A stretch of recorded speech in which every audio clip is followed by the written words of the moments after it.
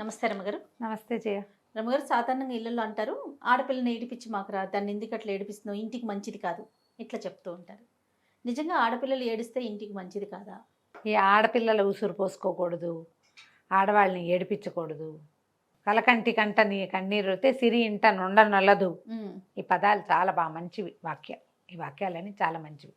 ఈ వాక్యం వినంటో కదా, కలకంటి విన్నాను. అమ్మాయిల కంట్లోంచి నీళ్ళు పడితే ఈ లక్ష్మీదేవి ఉండదు.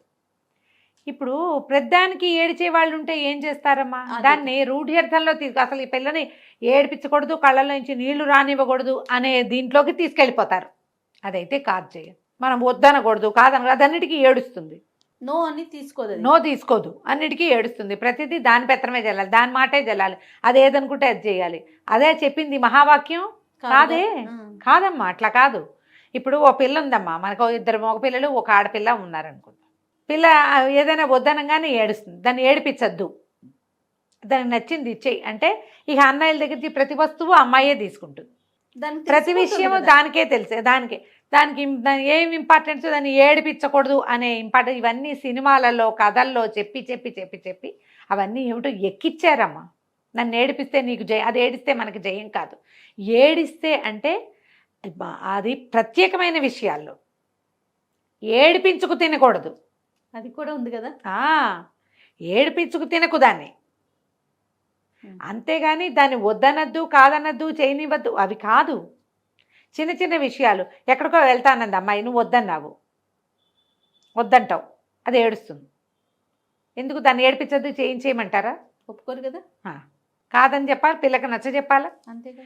ఏవి ఏడిపించకూడదు, దాని హక్కులు కాలరాయద్దు, దాని మర్యాదని పోగొట్టద్దు, దాన్ని ఆమెను అవమానించద్దు, ఆస్తుల్లో భాగాలు ఏవి ఇవ్వకుండా ఏడిపించద్దు. అమ్మాయి ఎవరో ఒక పిల్లవాడిని ప్రేమించింది అనుకో, ఈ కథ తీసుకుందాం, ఈ విషయం తీసుకుందాం. మన కులం కాదు, మన జాతి కాదు, మన స్థాయి కాదు. అమ్మాయి ఏడుస్తుందని పెళ్లి చేస్తారమ్మా? నచ్చ చెప్పడానికి మ్యాక్సిమం ట్రై చేస్తారు కదా. అంతేగా. అవునా? మరి ఇక్కడ ఎందుకు వర్కౌట్ చేయరు? అది ఏడవకూడదని అది ఏది చేస్తానంటే అది జైనిస్తారా? చేయనివ్వరు, చెప్తారు. అయినా సరే అమ్మాయి వినలేదు అనుకో, ఇక అప్పుడు వేరే కథ. అమ్మాయి ఏదో ఎక్కడికో వెళ్ళి చదువుకుంటానో ఏదో చేస్తానంటుంది. మనకంత ఓపిక లేదు, అప్పుడప్పుడు వెళ్ళి చూసుకోగలిగే సత్తా లేదు. మన పిల్లకి ప్రధానంగా అంత ప్రోగ్రెస్ లేదు. అందరు వెళ్తున్నారా, తను వెళ్తానండి, అది ఏడుస్తుంది. నువ్వు నచ్చ చెప్తావా? చెప్పవా? 100% చెప్తాను. అక్కడికి వెళ్ళాలంటే చాలా సత్తా కావాలి, పిల్లకి అంత సత్తా లేదు. వద్దని చెప్తాం కదా. ఓ బొమ్మ అడుగుతుంది, నిన్నే కొన్నావు, మళ్ళీ ఇంకో బొమ్మ అడుగుతుంది, వద్దని చెప్తావా? కాసేపు ఏడిచి అదే ఊరుకుంటుంది. ఇప్పుడు ఏడిపించద్దు అంటే ఏ పాయింట్ ఎట్లా వర్కౌట్ అవుతుందో చెప్పు. దాన్ని రూఢ్యర్థంగా తీసుకోకూడదు కదా. అంతేగా. దేనికి నో అనకూడదు అని అలవాటు చేసుకుంటారు కొంతమంది. కొన్ని కుటుంబాల్లో ఉంటుంది అట్లా. పిల్లని ఏడిపించకూడదు, దాన్ని కాదనకూడదు, అదేదంటే అది. అలా లక్ష్మీదేవి ఈ మన్మానీలతోటి వాళ్ళు ఏం చేస్తారు, అలే అమ్మా నాన్నల నెత్తి మీద ఏకు మేకై కూర్చుంటారు. అన్నదమ్మల్ని సతాయించుకు తినేస్తారు. వచ్చిన వదినల్ని బతకనివ్వరు. అత్తారింట్లో కూడా నాకు అదే కావాలని కోరుకుంటారు. ఎగ్జాక్ట్లీ. మొగుళ్ళు తమకు అట్లాగే సాగించాలని ఉంటుంది వాళ్ళకి. ఈ సాగుబడి వేషం ఎట్లా నేర్పిస్తావు నువ్వు? ఏడిపించకూడదని నేను మొదటే చెప్పానా? ఆడపిల్లల హక్కుల్ని కాలరాయకూడదు. ఇప్పుడు అక్కడి నుంచి ఆడపిల్లని ఏడిపించకూడదని నీ కూతుర్ని ఏడిపించవు. మీ ఇంటికి వచ్చిన కోడలు ఇంకో ఇంటి కూతురే కదా. అవునవును, అది ఆడపిల్లే కదా. ఇప్పుడు మన ఇంట్లో కూతురా కోడలా కాదు, ఆడపిల్ల అంతే. వచ్చిన కోడళ్ళని కాల్చుకు తినేస్తారు. వాళ్ళకి ఏ హక్కులు ఉండవు, ఏమీ ఉండవు. నీ కూతురు అయితే ఏమైనా బంగారంతో పుట్టిందా? ఏం కాదు, అందరిని ఎత్తుడితోటే పుడతారు. ప్రతి వాళ్ళు ఒకదానితోటేగా పుట్టేది. మరి ఈ ధోరణి మంచిది కాదనుకుంటా జయ నేను. అవును రమ్మగారు. ఇప్పటికీ కూడా ఇలాంటి భావాలు ఉన్నాయి. ఇప్పుడు నీకు ఒకతే పిల్లుంది, ఒక్క పాపం, నీకు ఒకతే కూతురు. ఏడిపించకుండా నువ్వు ఉండగలవా జయ? ఎట్లా కుదురుతుంది రమ్మగారు? అప్పుడు ఇంకా భయం ఎక్కడ తెలుస్తుంది ఎవరికైనా? మంచి చెడు తెలుసుకోవద్దు, చెప్పాలిగా. అది ఏదో హర్ట్ అయ్యి ఏడుస్తుంది. హర్ట్ చేయకూడదంటే ఎవరో ఫ్రెండ్ ఇంటికి వెళ్తానంది, ఏమీ అవకాశాలు లేవు, నువ్వు పంపలేకపోయావు, అది ఏడుస్తుంది. ఏం చేస్తావు? ఏడిస్తే ఏడవనేటి అని చెప్పి మనం గట్టిగా చెప్పాల్సిందే. ఇది చేయకూడని పనులు, కొన్ని వెళ్ళకూడని చోట్లు, కొన్ని పనికి మాలిన ఖర్చులు, అనవసరమైన విషయాలు, వాటిని ఎవరిని ఆడైనా మొగైనా ఎంకరేజ్ చేయకూడదు. వాళ్ళు ఏడ్చినా బొత్తుకున్నా ఇంకోటి చేసినా కూడా. అవునండి. ఈ ఉసురు పోసుకోవద్దు అనే పాయింట్ చెప్తారు. ఉసురు పోసుకోవద్దంటే ఇప్పుడు ఒక పిల్లని ఇంట్లో నుంచి గెంటేయటం కోడళ్ళని చేస్తున్నాం ఇప్పటికీ కూడా. పెళ్ళైన దగ్గర నుంచి ఆ మొగాళ్ళు కావాలంటే బయటికి పో అంటాం, పిల్లల్ని తీసుకుని బయటికి వెళ్ళిపో అంటాం, పో పో పో పో పో ఎందుకంటారో తెలియదు అలాంటి మాటలు. అది వెళ్తే వీళ్ళకేం సాగదు. అవును, వాళ్ళ తప్పేమీ లేకుండా వాళ్ళ పొరపాటు వాళ్ళు కొట్లాట కూరలే అనుకో, నువ్వు 2 చెంపకాయలు కొడితే అది ఇంకో 2 కొట్టింది అనుకో పర్వాలేదు, కానీ మీ దౌష్ట్యం కింద వాళ్ళు నలిగిపోకూడదు. కావాలని వివాహం చేసుకున్నప్పుడు వివాహాన్ని నిలబెట్టుకోవాల్సిన ఇది ఇద్దరికీ ఉంటుంది. అక్కడి నుంచి ఆడపిల్లలకి ఇంకొంతమంది అన్నదమ్మ, ఇదేమో పెళ్ళిళ్ళ వ్యవహారం. పిల్లల్ని ఇవ్వకుండా కొంతమంది ఏం చేస్తారంటే పిల్లల్ని లాగేసుకుని కోడళ్ళని బయటికి తోసేసేవాళ్ళు అవి ఉన్నారు. అవన్నీ పోలీస్ కేసులు అవుతున్నాయమ్మా ఇప్పుడు. మీ దౌష్ట్యాల వల్ల కదా అదేదో యాక్టివ్ అయిపోయింది. ఇప్పుడు ఈ 498 అలాంటి సెక్షన్లు ఎందుకు వచ్చినాయి? ఇలాంటి వాటి వల్ల. వీళ్ళు ఏం చేస్తున్నారు, అమ్మాయిలు దొరికిందే ఛాన్స్ అని అన్నిటికీ పెట్టేస్తారు. చిన్న చిన్న వాటికి కూడా అవే పెట్టేస్తున్నారు. కొంతమంది చేస్తున్నారు కదా, మిస్యూజ్ చేస్తున్నారు. అవి నీ ప్రమాదకర పరిస్థితుల్లో ఉన్నప్పుడు చేయమంటే అన్నిటికీ అదే. వాళ్ళని ఆ స్థితికి వాళ్ళని అలా కొట్టి తీసుకెళ్ళటం ఎందుకు? అవి చేయకూడదు. ఇదొకటి.